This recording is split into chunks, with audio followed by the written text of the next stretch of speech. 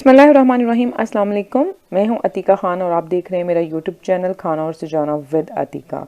शामी कबाब तो आपने बहुत तरह से खाए होंगे, लेकिन आज मैं आपको एक ऐसी रेसिपी देने जा रही हूं जिसका टेस्ट बहुत ही मज़ेदार है। बहुत ही कमाल का इसका टेस्ट बनता है और शामी कबाब भी बहुत जल्दी ही तैयार हो जाते हैं।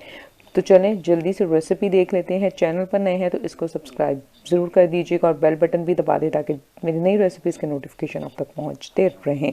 तो चलें फटाफट से रेसिपी देख लेते हैं। यहाँ पर मैंने फ्राई पैन में 2 टेबलस्पून के करीब ऑयल ऐड किया है और इसके अंदर मैं तकरीबन 250 से 300 ग्राम के दरमियान ये चिकन था बोनलेस, वो मैं ऐड कर दूँगी।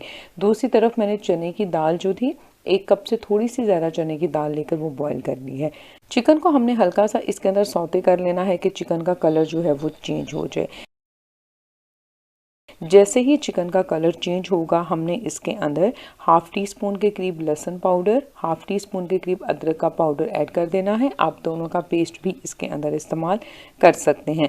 ये चला जाएगा, इसको भी हम अच्छी तरह से इसके अंदर मिक्स कर लेंगे और साथ ही साथ जो मसाले ऐड करने हैं, हाफ़ टी स्पून के करीब नमक, हाफ़ टी स्पून के करीब लाल मिर्च, हाफ़ टी स्पून के करीब काली मिर्च और हाफ़ टी स्पून के करीब ही सूखा धनिया पाउडर आ जाएगा। थोड़ा सा सूखा धनिया आपने ज़्यादा ऐड करना है। ये जो मसालों की क्वांटिटी है वो सिर्फ चिकन के लिए है, बाकी जो मसालों की क्वांटिटी होगी वो मैं आपको बाद में बताऊंगी। तो बस ये हमने डाल देना है। इसको आप अच्छी तरह से मिक्स करें, 2 से 3 मिनट तक इसको अब भूनें। उसके बाद हमने इसके अंदर 2 से 3 टेबलस्पून सोया सॉस और 2 टेबलस्पून के करीब केचप ऐड करनी है। ज़रूर आपने ये दोनों चीज़ें ऐड करनी है। आपके शामी कबाब को बहुत ही शानदार सा टेस्ट जो है वो ये दे देंगे। तो बस इसको हम अच्छा सा मिक्स कर लेंगे। फ्लेम को हम मीडियम कर देंगे और मीडियम फ्लेम के ऊपर 10 से 12 मिनट तक, जब तक कि चिकन हमारे पास अच्छे से गल नहीं जाता और ये सारा पानी चिकन का जो है ड्राई नहीं हो जाता, तब तक हम इसको कुक कर लेंगे।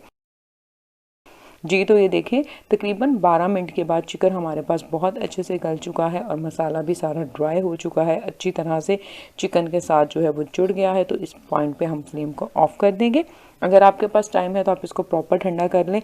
मेरे पास अभी ज़रा जल्दी थी तो मैंने इसको बहुत अच्छे से ठंडा नहीं किया, जस्ट थोड़ा सा हुआ था, तो इसको हमने इसका बाकी प्रोसीजर जो था वो कर लिया था।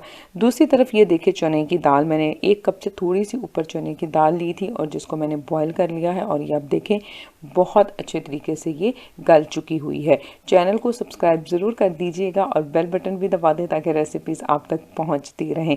एक छोटी अदद प्याज इसके अंदर चली जाएगी। थोड़ा सा हरा धनिया हम इसके अंदर ऐड कर देंगे। 1 अदद अंडा चला जाएगा।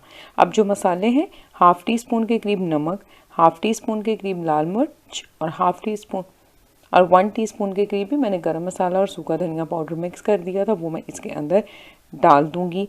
ये दोनों मसाले आपने इसी तरह से ऐड करने हैं और बस बिल्कुल एग्जैक्ट क्वांटिटी है। बाकी आप अपने टेस्ट के मुताबिक कम या ज़्यादा भी कर सकते हैं।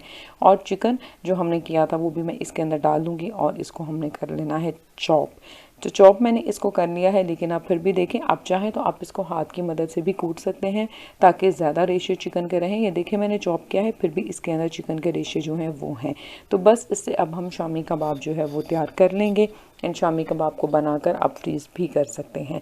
इसको शेप देते हुए कबाब की शेप दे देनी है और इस तरह से हमारे पास शामी बनते जाएंगे। फिलहाल मैंने इतने बनाए हैं और ये मैं आपको फ्राई करके 1 अदद अंडा आपने ले लेना है। अंडे के अंदर इसको अच्छा सा डिप करें